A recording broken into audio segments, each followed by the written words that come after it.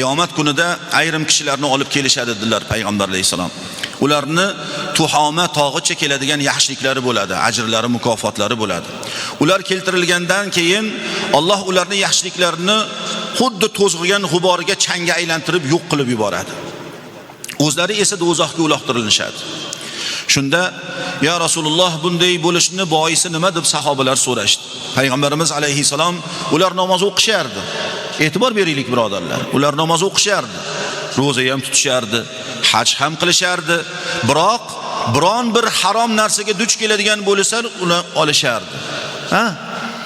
Mo'min kishi gunohlarini xuddi tog'i tagida ketayotganda ustiga qulab tushadigan tog'dek deb biladi. Hajga borib kelsiz, top-toza bo'lib keldingiz desa, bilib qoldingiz demaydi mo'min kishi. Mo'min kishi aytadiki, inshaalloh deydi, iloyim qabul bo'lgan bo'lsin deydi. Mo'min kishi gunohlarini ustiga yiqilib tushadigan, qulab ketay deb turgan xuddi tog'ga o'xshatadi. Munofiq odamchi? Munofiq odam xuddi gunohlarini burniga qo'nayotgan pashshaga o'xshatadi. Bunday qilsang ketadi deydi.